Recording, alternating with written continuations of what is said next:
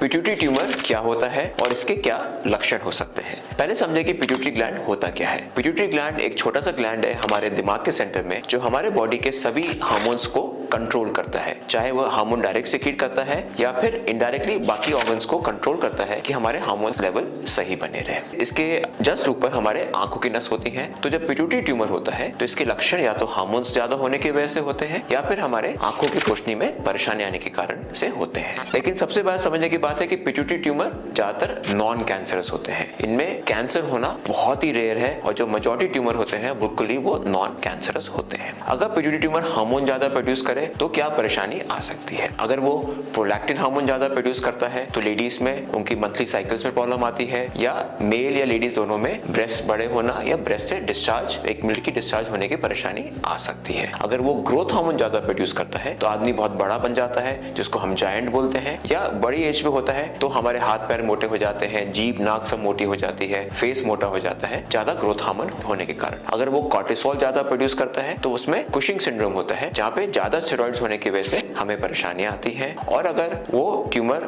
सिर्फ साइज की वजह से परेशान, कोई हार्मोन नहीं प्रोड्यूस करे, साइज बड़ा होता है, तो वहां पे हमें आंखों की रोशनी की परेशानी आ सकती है, क्योंकि जो आंखों की नस होती है वो ट्यूमर से बस 2 सेंटीमीटर ऊपर होती है। अब ट्यूमर का डायग्नोसिस कैसे होता है? जब हम ये ट्यूमर सस्पेक्ट करते हैं तो एमआरआई ब्रेन कंट्रास्ट ही करना पड़ता है, उससे हमारा ट्यूमर कंफर्म होता है और साथ में कुछ हमें हार्मोन टेस्ट भी करने पड़ते हैं। अब इन ट्यूमर का इलाज कैसे किया जाता है? ज्यादातर केसेस में जहाँ पे ट्यूमर बड़ा हो जाता है या हार्मोन ज्यादा प्रोड्यूस करता है, वहाँ पे सर्जरी के द्वारा इस ट्यूमर को हम निकाल सकते हैं। अब ये सर्जरी आजकल हम एंडोस्कोपिक मतलब दूरबीन से करते हैं, नाक से जाके हम दूरबीन डाल के उस ट्यूमर को हम पूरा निकाल सकते हैं। लेकिन जिस केसेस में ये ट्यूमर प्रोलैक्टिन हार्मोन ज्यादा प्रोड्यूस करता है, जिसको हम प्रोलैक्टिनोमा बोलते हैं, वहाँ पे एक्चुअली सिर्फ दवाइयों से मेजॉरिटी ट्यूमर कंट्रोल हो सकते हैं और दवाई के साथ ये ट्यूमर हम श्रिंक कर सकते हैं। धन्यवाद।